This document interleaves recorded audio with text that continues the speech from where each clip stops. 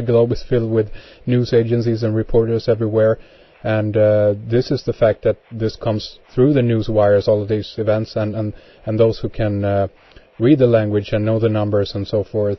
To them, this is like, shit, they're doing it in the open now. But this might actually always have been going on. What do you think? It's quite possible. But I mean, I feel in the past that definitely what he was saying, that they would protect these kind of things and, you know, kill people over them. There was that one, what was his name? I forget. Morgan? Mm-hmm. Does that ring a bell? The one guy who was murdered by the Masons in the early beginning days of America. Oh yeah, he was the first one who revealed some of the initiatory, you know, the process basically, I guess. Right. He's murdered for that, but nowadays you have, you know, Masons out there talking about these kind of things themselves. Sure. So I definitely feel that they've, you know, that in this point in the game, for them to do what they're doing, this makes complete sense to me, what he's bringing forth in this book, because in this 2001 time, which is the marking for all this to start, they'd have to bring themselves out into the open to really legitimize and get people to accept, you know, entering into this you know, final end thing that they're trying to put together, their global system. And they would have to do it in such a way that the people were, you know, as he points out in the book, they're ritually bound. You know, they're suffering from, you know, sort of Stockholm syndrome. Sure. That's interesting. Yeah, definitely. You know, so we mentioned the Twilight language, and 2001 again, as you say, seems to be a key date, or you know, obviously it's the new millennium. It's you know, this hasn't happened for 1,000 years. Something new is going in now, and something new is happening. And I know that also that Hoffman do talk a lot about and is very worried about the, you know, the new technologies that are coming out, and all the you know, I think he refers to it as bestiality. I think you mentioned that too, the new transgenics and all the new sciences, and it seems to be that he's kind of hinting towards the fact that this is not the millennium of the human being anymore, but of something different, or something new that you mentioned, and I guess that they refer to that as the new man, right? Yeah, that's it. The new man, the beast man. You know, the cyborg. You know, and you can see it with all the entertainment. I mean, I watched it myself in the 90s. It was like they were sort of tilling the soil for this new millennium, where they were, you know, in America slowly slipping in these things that were demoralizing the people, and a lot of people are just eating it up. You know, the sexual promiscuity, the killing, and these immoral type of anti-ethical ideas that kept on being slipped into the television and the news programming. Today it's all over the place. Yeah. That's Go ahead. Yeah, I was just going to mention, you know, recently up in my area, there's this new bread store. You know, it's like a cafe type of thing. They make bread, salads, and things of that sort, but it's called Panera. What was it called? Panera. Okay. And if you take the two, you know, on their symbol, you can search out their website and you can look at their logo. And on their logo, they have this woman carrying a loaf of bread. But if you look at the slits that are on the bread, they're 3 6s. All right. Yep. There we go. And if you have the, you know, I'm sure the woman is a part of the virgin symbolism. And since she's carrying the bread, it most likely has to do with the goddess Ceres. Oh, yeah, exactly. Which ties into the star Spica, which is the wheat sheath in Virgo's hand. And then we have all that goddess symbolism, and we have serial murders with the S, and then serial murders with the C, as being sacrifices to the goddess. Sure, that's right. Well, I think it was in Homer's Odyssey, the Ceres, she was the one who transformed the men into pigs and fed off of them, I think.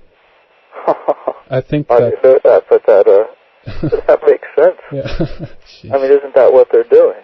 Yeah, it definitely seems like it. And yeah, that's an interesting point. What I want to return to, I guess, is to just that idea of if this is the time of also when these kind of things actually are coming to the surface. On one level, they're obviously, getting more bold, so to speak, but also we might be the fact that we're in a time now when these things they can't be kept hidden, and that isn't the purpose of them. And finally, when they are revealed like this, we also get the opportunity then to actually see what is going on ritually or magically or however we want to term that. But that also gives us an opportunity to actually not participate in that. And I, for one, think that is a good thing, that you actually can see it so clearly, and you can become more aware of it, basically. Yeah, that is if you've educated yourself on it. Yeah. I think it's the effects, someone watching a symbolically occult-rich film. There's the difference between the person who has no knowledge of it and how all that stuff is going into their subconscious and affecting them, and then there's the difference of the person who is knowledgeable of it and watching it, because then it can all be filtered through the conscious mind. That's right.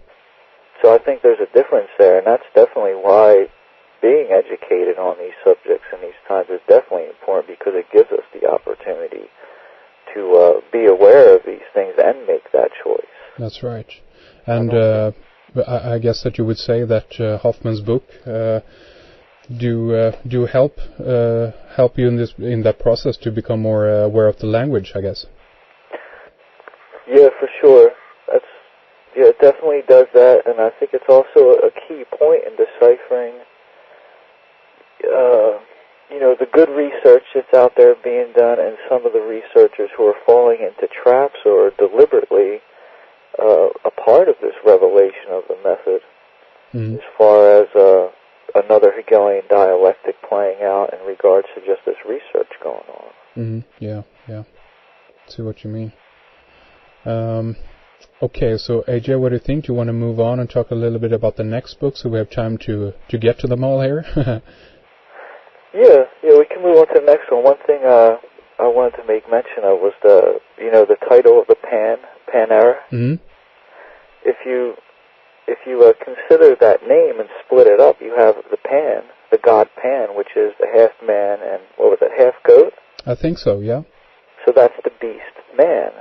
In the Pan era, we're entering into this new era of theirs. The era, yeah, I see what you mean. Yeah. That's right. And that's like a chain, at least I believe in the northeast area of the United States. Maybe it's a little bit further out in other places, but a chain like that just doesn't pop out of nowhere. Sure, that's right.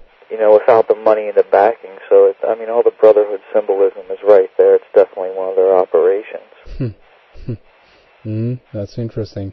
Pan-era bread. I have to link that up in case I can find a website or something about that.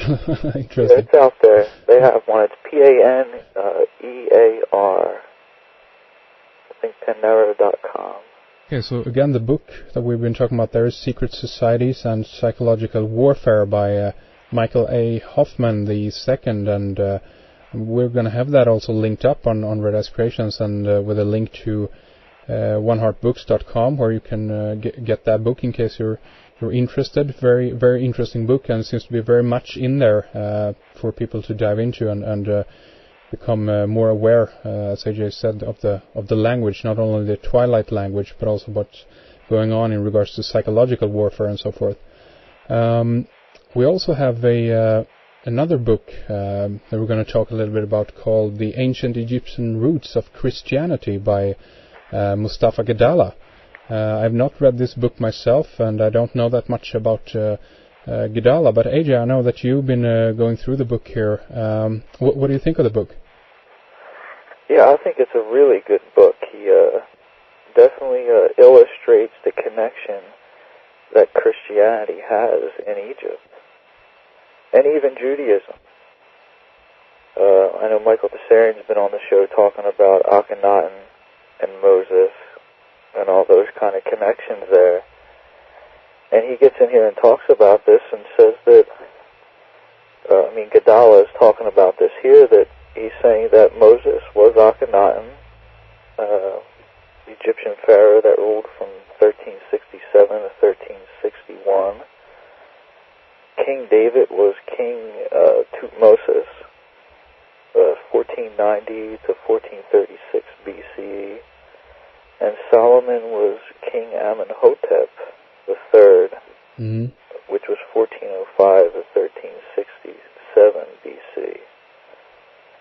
And he goes through and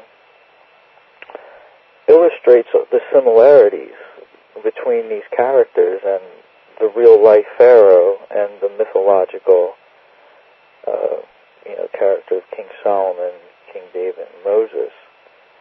And it's definitely interesting because he gets in and says that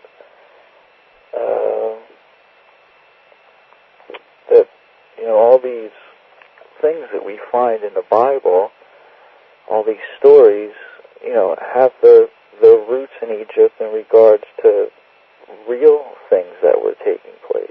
A passage here from the preface that I found pretty interesting.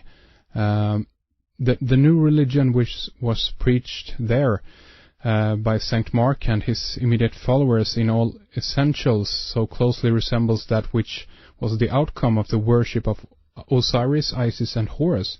The similarity is noted by Budge and everyone who has compared the Egyptian Osiris, Isis, Horus allegory to the Gospel story are striking. Both accounts are practically the same, e.g. the supernatural conception, the divine birth, the struggle against the enemy in the wilderness, and the resurrection from the dead to eternal life. The main difference between the two versions is that the Gospel tale is considered historical, and the Osiris, Isis, Horus cycle is an allegory. The spiritual message of the ancient Egyptian allegory and the Christian revelation is exactly the same. That's pretty interesting. Do you think Gadala makes a good case out of the story, so to speak? Yeah, I think he does. He does. It really shown me, because I've read the Bible some years ago, the whole thing, and it really shows me where the truth, because there's truth in the Bible. There's really some spiritual wisdom, and it shows me where it's coming from. Sure. And the Egyptian teaching must have came from somewhere else as well, most likely one of the pre-Diluvian civilizations, be it Atlantis or Lemuria. Let me just read from it here. It's a section called The Historical Absence and Gospel's Prominence. Despite the gospel story of the biblical Jesus, there has never been, number one, any archaeological evidence corroborated, and number two, any Roman record that can bear witness directly or indirectly to the gospel story of Jesus. Any corroboration to the gospel story in the writings of Jewish authors living at that period in Jerusalem or Alexandria. Number three, there were some attempts to add some references to Jesus of the Gospels at a later date to some of the writings of Jewish authors. However, such attempts have been exposed as forgeries produced either by Christians who wish to validate the historicity of their Lord or enemies of Christianity who wish to attack the religion. The usual response to the historical absence of the biblical Jesus is that he was an ordinary man and not an important figure to warrant any attention or place in his history, or in history. The Bible itself provides the contrary evidence to such a discredited claim. And he goes and cites Herod, the king of the time in the story, going out to want to kill the firstborn. Yeah. And cites a bunch of parts where where there are these important, indicators that he just wasn't